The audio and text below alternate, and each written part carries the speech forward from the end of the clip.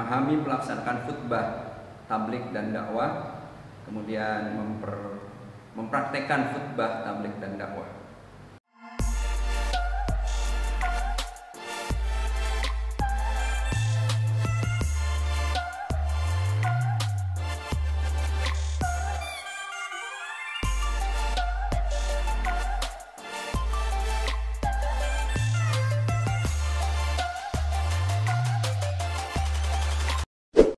Assalamualaikum warahmatullahi wabarakatuh. Alhamdulillahirabbil alamin. Kita panjatkan puji dan syukur kehadirat ilahi Rabbi Allah Subhanahu wa taala. Pada kesempatan hari ini kita masih sama-sama bisa berjumpa dalam rangka kita belajar jarak jauh atau PJJ yang dilaksanakan oleh sekolah kita SMK Rahayu Mulyo. Anak-anakku sekalian, alhamdulillah, mudah-mudahan kita bisa melaksanakan pelajaran ini dengan sebaik mungkin, seefisien mungkin, sehingga kita bisa mendapatkan ilmu yang bermanfaat untuk diri kita pribadi dan juga kepada keluarga kita masing-masing. Baiklah anak-anak sekalian, pelajaran pada hari ini adalah saling menasihati dalam Islam. Kompetensi dasar yang akan kita sampaikan adalah menerapkan ketentuan syariat Islam dalam pelaksanaan khutbah, tabligh, dakwah dan dalam masyarakat. Kemudian kompetensi yang berikutnya adalah memahami pelaksanaan khutbah, tabligh dan dakwah, kemudian mempraktekkan khutbah, tabligh dan dakwah. Pengertian khutbah berasal dari bahasa Arab, bentuk dari kata mukhotabah yang berarti pembicaraan, atau berasal dari kata al-qatbu yang berarti perkara besar yang diperbincangkan. Sementara pengertian khutbah adalah menyampaikan pesan dengan takwa sesuai perintah Allah Subhanahu wa taala dengan syarat dan rukun-rukun tertentu. Bab khutbah terdiri dari dua bagian, yaitu khutbah yang dilakukan sebelum sholat atau sesudah sholat, dan khutbah yang dilakukan yang berkaitan dengan sholat.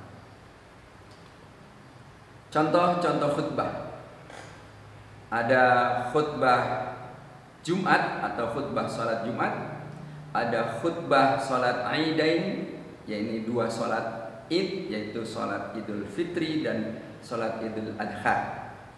Ada khutbah sholat khusuf, ada khutbah sholat khusuf, ada khutbah sholat istisqa, ada khutbah ketika wukuf di Arafah, dan khutbah pernikahan atau khutbah nikah.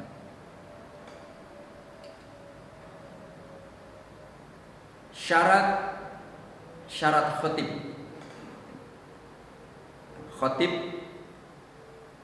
adalah orang yang memberikan khutbahnya, sedangkan khutbah adalah materinya. Syarat menjadi khatib, satu adalah seorang muslim yang telah balik. Artinya seorang muslim yang sudah dewasa, cukup umurnya, berakal sehat, dan harus laki-laki dan taat beribadah kepada Allah Subhanahu wa taala. Syarat yang kedua adalah mengetahui syarat dan rukun-rukun sunnah khutbah. Yang ketiga adalah suci dari hadas, baik badan maupun pakaian, serta menutup aurat. Kemudian yang keempat adalah fasih, mengucapkan ayat Al-Quran dan hadis. Kemudian yang kelima, memiliki akhlak yang baik, tidak tercela dalam masyarakat dan tidak terbiasa melakukan dosa. Kemudian yang terakhir, yang keenam adalah berpenampilan baik, rapi, sopan dan santun. Syarat-syarat dua khutbah. Pertama, khutbah sholat Jumat dilakukan sesudah masuk waktu zuhur dan sebelum pelaksanaan sholat. Sementara untuk khutbah sholat Aid, sholat kusuf, sholat khusuf, serta sholat istisqa dilaksanakan setelah selesai sholat. Jadi khutbah ada dua, ada khutbah yang dilakukan sebelum sholat, ada khutbah yang dilakukan setelah sholat. Tadi sudah dijelaskan, khutbah Jumat termasuk khutbah yang dilakukan sebelum sholat. Jadi khutbah terlebih dahulu, baru sholat. Kemudian ada juga khutbah yang dilakukan setelah sholat, yaitu sholat terlebih dahulu, seperti sholat Id, Idul Fitri, sholat dulu, Idul Adha, sholat dulu, kemudian baru khutbah. Sholat khusuf juga sama, sholat dulu 2 rakaat, baru khutbah. Khusuf, sholat istisqa, itu sholat yang dilakukan setelah selesai sholat. Kemudian syarat 2 khutbah yang kedua adalah berdiri jika mampu. Artinya orang yang sehat, kuat, mampu berdiri, maka khutbah disampaikan di atas mimbar dengan cara berdiri tegak. Duduk sebentar di antara 2 khutbah. Setidak-tidaknya adalah sebatas kita membaca surat Al-Ikhlas.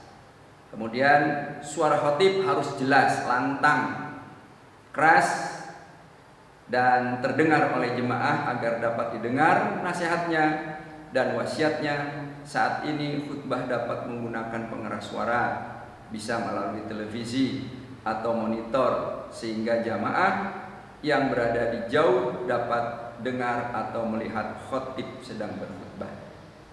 Yang selanjutnya adalah tertib, yakni berurutan antara khutbah pertama, khutbah kedua, antara rukun yang pertama, rukun kedua, rukun ketiga, sampai rukun yang kelima. Rukun khutbah. Rukun khutbah yang pertama adalah membaca hamdalah. Alhamdulillah, alhamdulillahilladzi an'ama alaina bi nikmati wal iman, dan selanjutnya.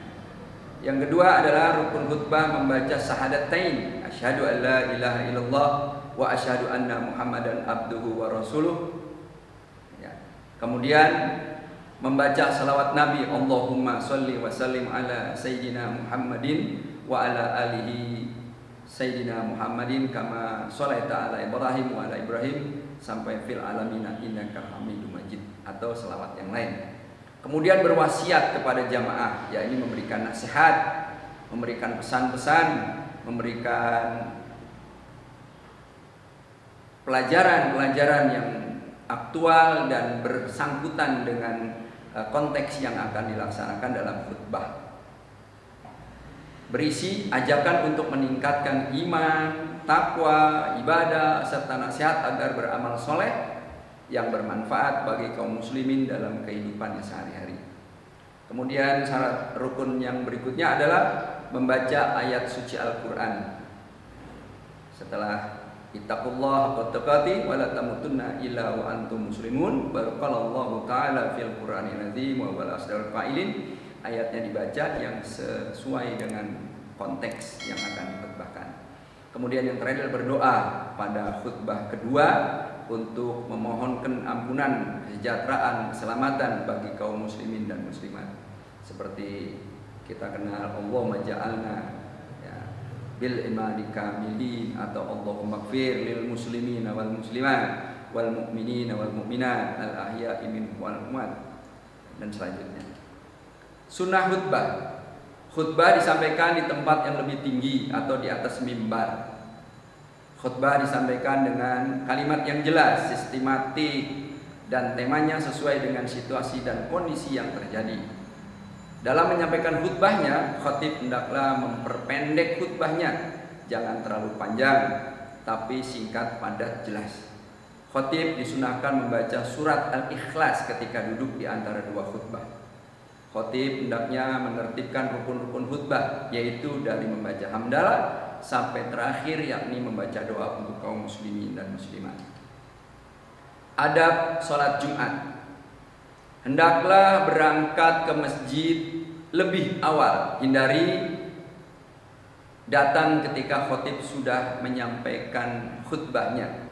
Karena apabila kita datang ke masjid ketika khatib sudah naik ke atas mimbar, maka maka sholat Jumat yang kita laksanakan sudah tidak tercatat oleh malaikat.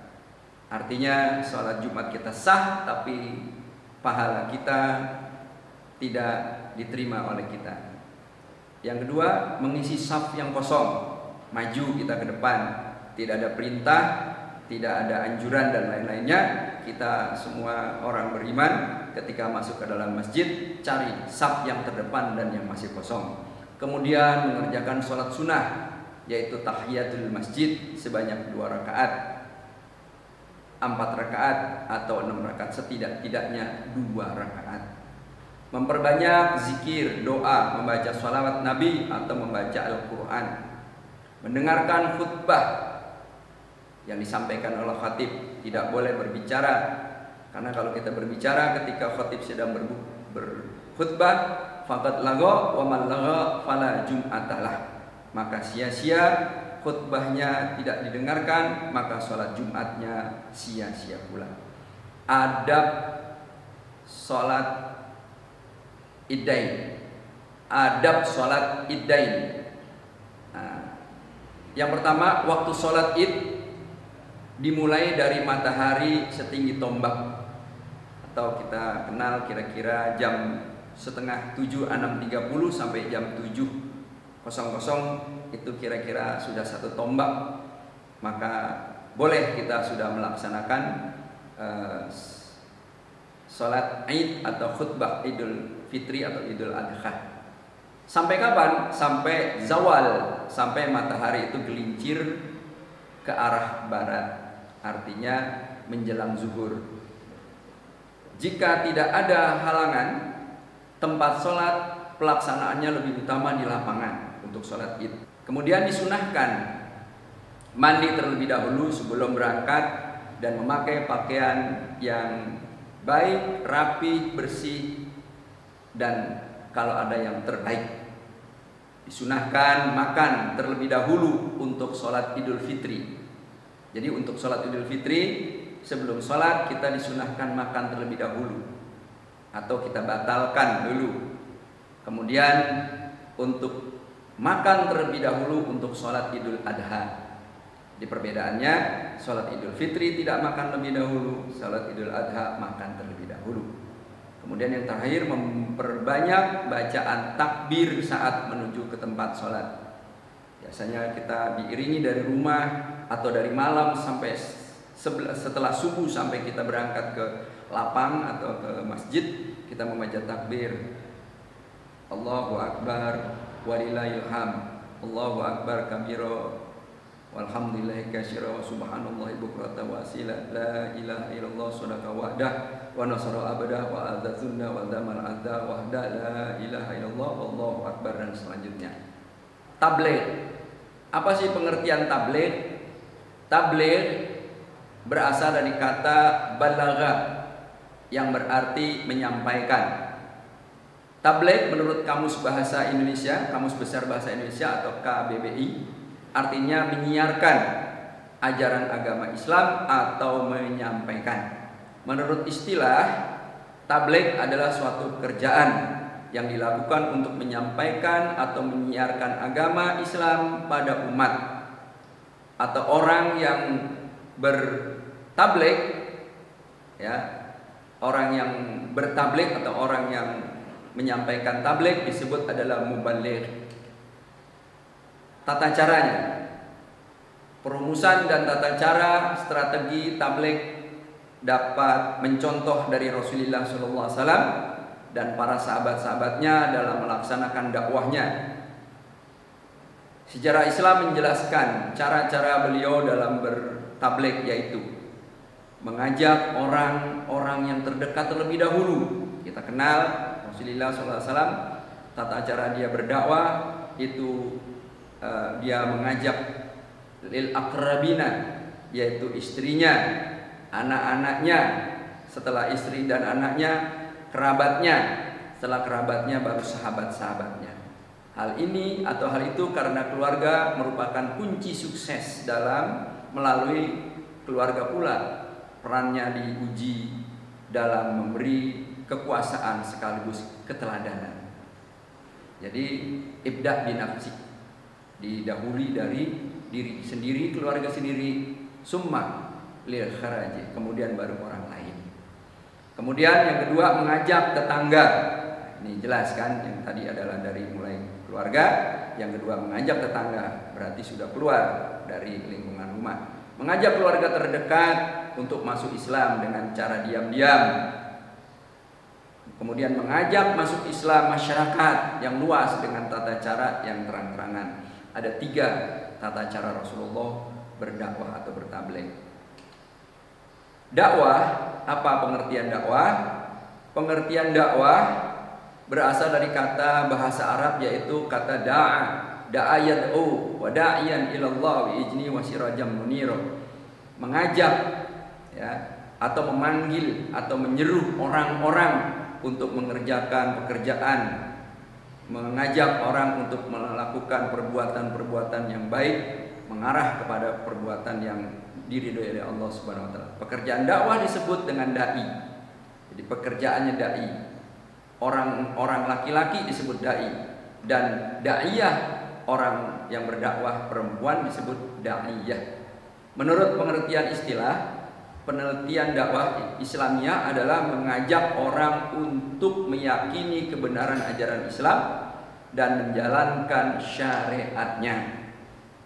Keberhasilan dakwah sangat ditentukan oleh amal dan akhlak karimah yang dipantulkan dari setiap dai atau daiyah, menjadikan hal menjadi hal yang paling aneh jika para dai tidak mengamalkan apa yang disampaikan dan tidak satu kata dalam perbuatan.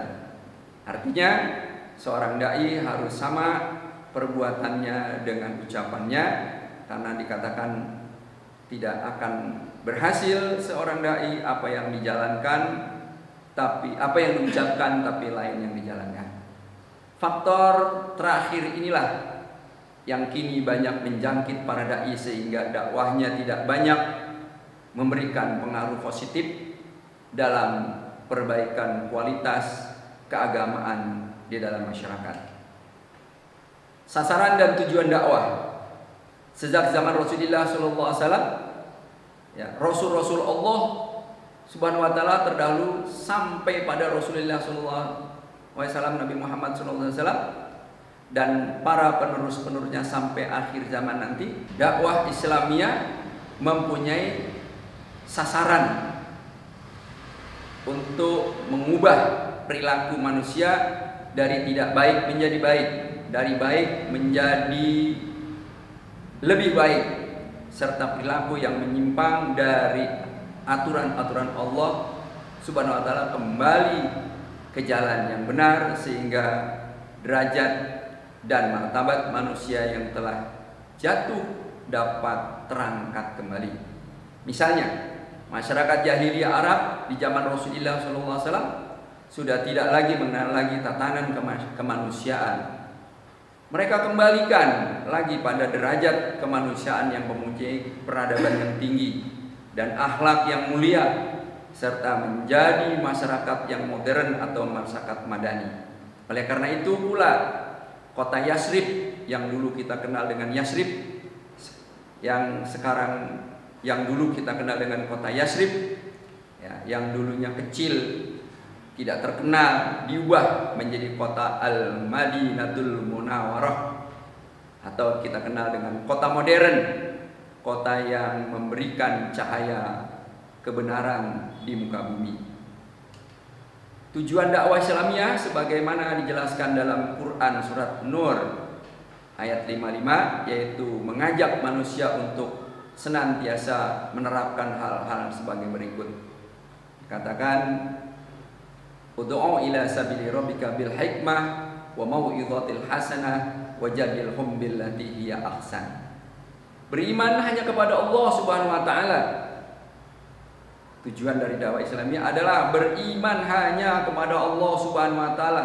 Bahasanya adalah tauhid, mengesahkan Allah, segala-galanya untuk Allah, beriman kepada Allah, beribadah kepada Allah, salat hanya untuk Allah, puasa hanya untuk Allah, dan segala-galanya hanya untuk Allah. Kemudian menyembah hanya kepada Allah atau ikhlas.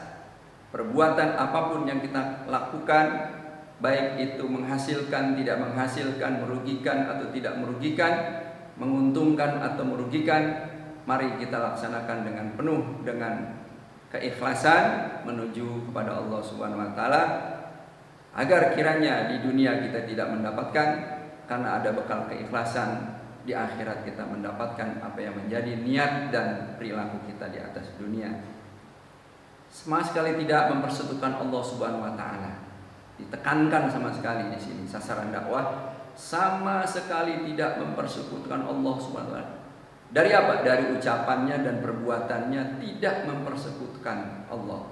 Kadang-kala kita kan ucapan kita tidak mempersekutukan Allah, tapi perbuatan kita menyekutukan Allah. Kita ambil contoh, saya percaya kepada Allah, tapi dalam praktek kehidupan sehari-hari mereka mencari, minta pertolongan, berusaha, berdoa kepada selain Allah Subhanahu wa taala. Mengerjakan amal soleh dalam arti yang seluas-luasnya.